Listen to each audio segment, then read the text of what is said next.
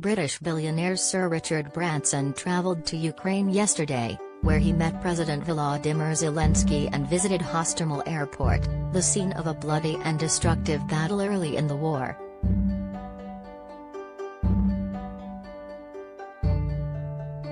Following an invitation from the Ukrainian leader, the entrepreneur and founder of Virgin Group met with Zelensky, Foreign Minister Dmytro Kuleba and a group of Ukrainian business leaders on Wednesday.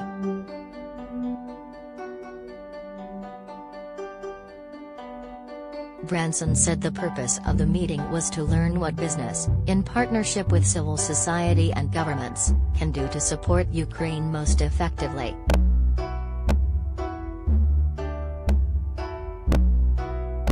A key part of the trip saw Branson tour Hostomel airport, where he viewed the chaos wrought by Vladimir Putin's forces and examined the remains of the Antonov An-225.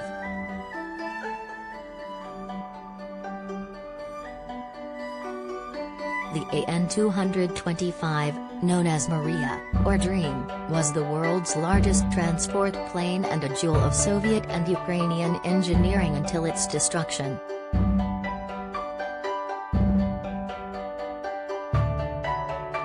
Branson said, "It is clear these kinds of attacks are not unintended and arbitrary.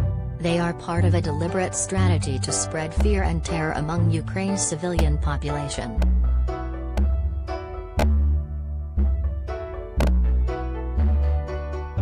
I hope the Russian perpetrators of these shocking acts will be held to account.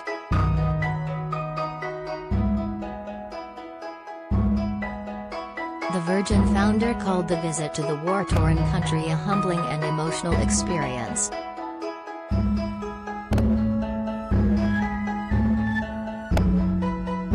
I remembered Kyiv very well from previous visits in 2014 and 2015. It's a beautiful capital, with a stunning historic cityscape built along the banks of the majestic Dnieper, he added.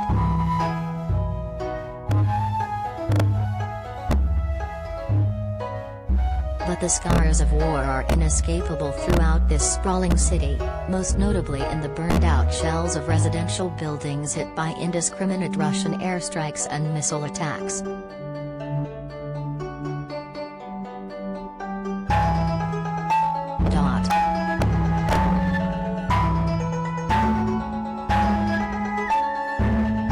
The billionaire noted that he constantly supports our state, sovereignty, territorial integrity and the introduction of the toughest sanctions against Russia and those who support and finance the war, it said.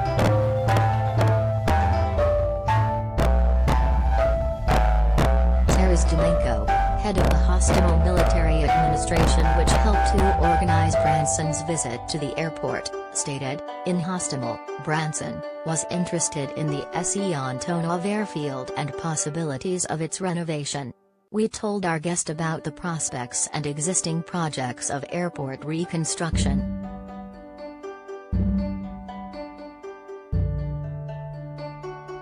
The enormous An-225, a source of national pride for Ukraine, was destroyed in the first week of war after Russian tanks rolled across the border on February 24.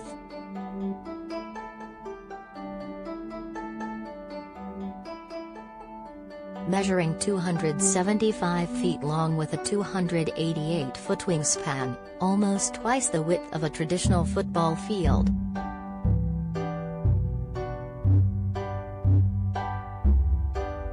With upgrades and redevelopment, the aircraft boasted a maximum takeoff weight of 640 tons, meaning the An-225 could carry more than its own weight and cargo.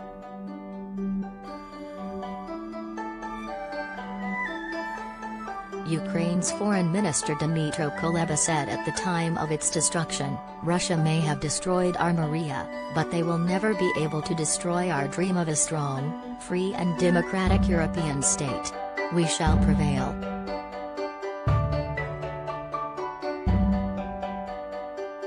State arms manufacturer Ukroboronprom had suggested it could cost more than $3 billion, £2.24 billion, to repair the plane, which they would try to get Russia to pay.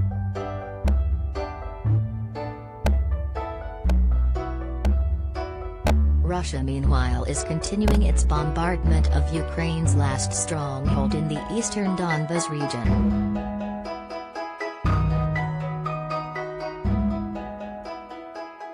Britain's Ministry of Defense, MOD, said Russian forces were making incremental advances in their offensive to capture Lysychansk, the last city in the Luhansk province under Ukrainian control following the retreat of Ukraine's forces from the neighboring city of Severodonetsk.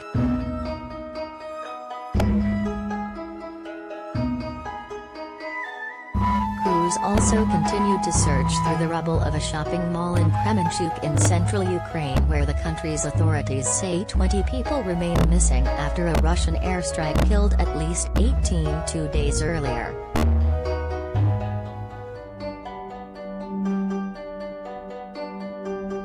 Ukrainian State Emergency Services press officer Svetlana Rybako told the Associated Press that along with the 18 people killed, investigators found fragments of 8 more bodies, while images released on social media appeared to show corpses of children being pulled out of the rubble.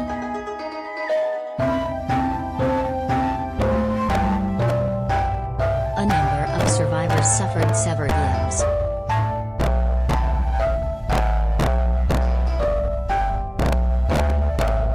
Planners highly likely remain willing to accept a high level of collateral damage when they perceive military necessity in striking a target, the MOD said.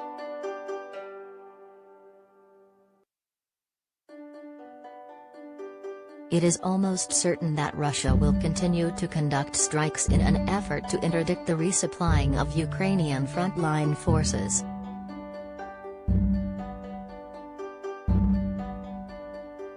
Russia's military is also experiencing a shortage of more modern precision strike weapons, which is compounding civilian casualties, MOD said.